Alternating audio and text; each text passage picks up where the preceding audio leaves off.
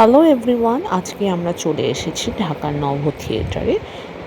হ্যাঁ, লাভলি লাগছে। কি লাভলি লাগছে। আমাকে ছবি তুলে দাও। দেখো আনুষা, তাকাও। আমরা আগেই অনলাইনে টিকিট করে নিয়েছিলাম। টিকিট হচ্ছে 100 করে পার পারসন এবং এন্ট্রি ফি হচ্ছে 30 টাকা করে। সবই আলাদা এখন, ব্র্যান্ড।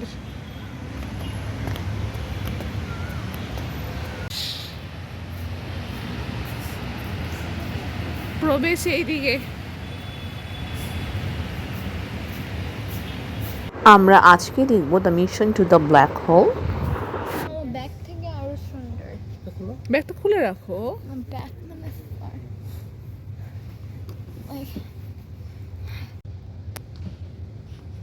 ওই জায়গাটা আছে না, ওখান থেকে তোমার দেখাবে সব কিছু। ওই যে পার্পেল কালারের যেটা আছে না, হ্যাঁ, ওখানে প্রজেক্টর থেকে সব কিছু দেখাবে আর ডেসক্রাইব করবে। পৃথিবীর চারপাশের কক্ষপথে নিরাপদে ফিরে আসে। একটি উদ্ধারকারী দল নভোযানকে উদ্ধার করে, যাতে অচেতন নভোচারীরা ছিলেন। বিশ্বব্যাপী ক্রোনেজের প্রথম সফল অভিযান উদযাপনের সময় 20 আলোকবর্ষ দূরের গ্রহমণ্ডলী পদ্ধতি গ্লিজে থেকে বার্তা পেয়ে আমরা রোমাঞ্চিত হই। জ্যোতির্বিজ্ঞানী বা আলো রেহাই পায় না। ধারণা করা হয় বিশাল আকার তারকাগুলো তাদের জীবন শেষে প্রচণ্ড চাপে সংকুচিত হলে কৃষ্ণ গহ্বর সৃষ্টি হয়।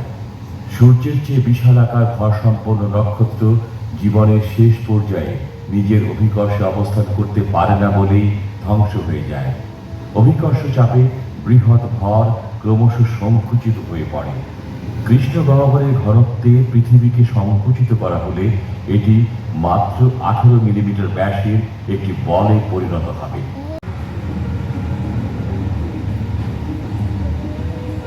30 বছর আগে 2052 সালে গ্লিজা অভিমুখে ডারউইন নামে একটি কৃত্রিম মহাকাশ যন্ত্র পাঠানো হয়। 30 বছর পরও প্রায় 20 আলোকবর্ষ দূরে গ্লিজা অভিমুখে ডারউইন তার যাত্রা অব্যাহত রেখেছে। নভোযান গ্রহণ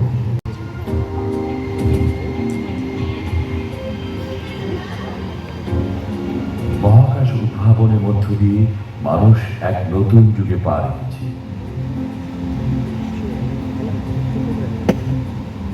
অনেক পরিকল্পিত প্রকল্পের মধ্যে অন্যতম দ্বিতীয় পৃথিবী খুঁজে বের করার অভিযান।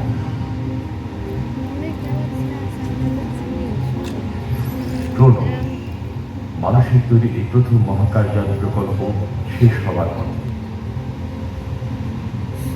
মানুষের স্বপ্নের মহাশূন্যে বসবাসের উপায় খুঁজতে একজন সাহসী মানুষ এগিয়ে আসে। বিশ্ব ব্রহ্মাণ্ডে কত বড় রহস্য যে তাদের জন্য অপেক্ষা করছে এ সম্পর্কে তারা অল্পই জানত।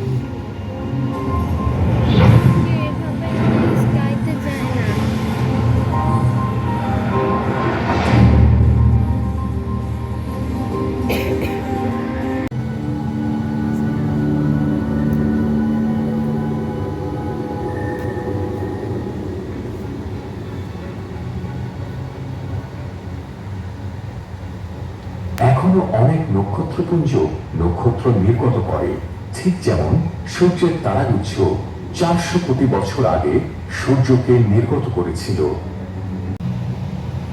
এটি একটি অরিয়ন নেবুলা। নেবুলা হলো গ্যাস ও ধূলিকণার তৈরি বাইরের মেঘমালা। এই অশ্রুর মতো আকৃতির মেঘগুলো গ্যাস ও ধুলো দিয়ে তৈরি।